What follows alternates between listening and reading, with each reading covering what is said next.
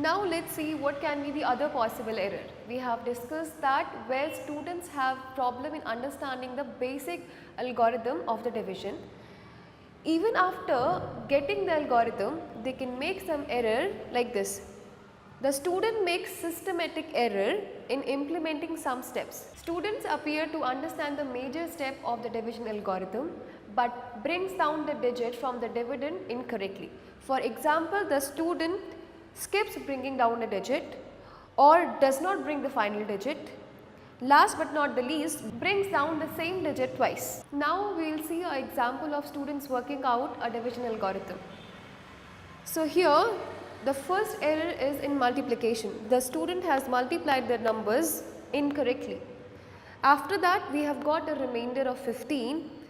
The student has not realized that this 15 is greater than a divisor 13, and he has brought down the digit 4 and have written a 2-digit number in the place of the quotient. We see that the error is in the quotient place, where the students has put a 0 after the first digit of the quotient, which is 4, because the difference over here was less than the divisor, without bringing out the next digit, which is 4.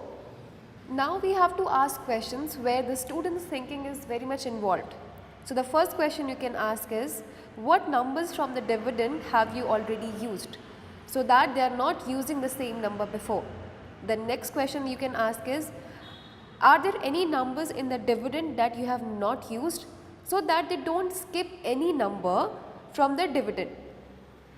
After that you can ask, should you ever use a digit greater than 9 in the quotient, or what should you do when the difference is greater than the dividend.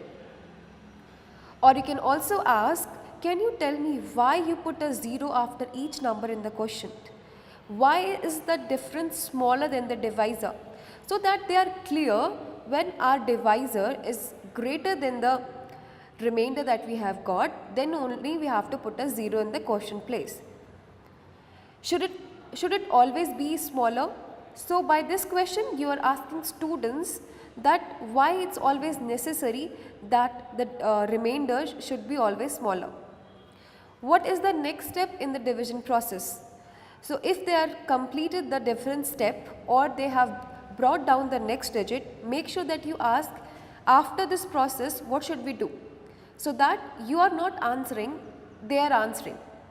What will happen when you bring down the next digit from the dividend, or what will happen if you forget to bring down the last digit in the dividend?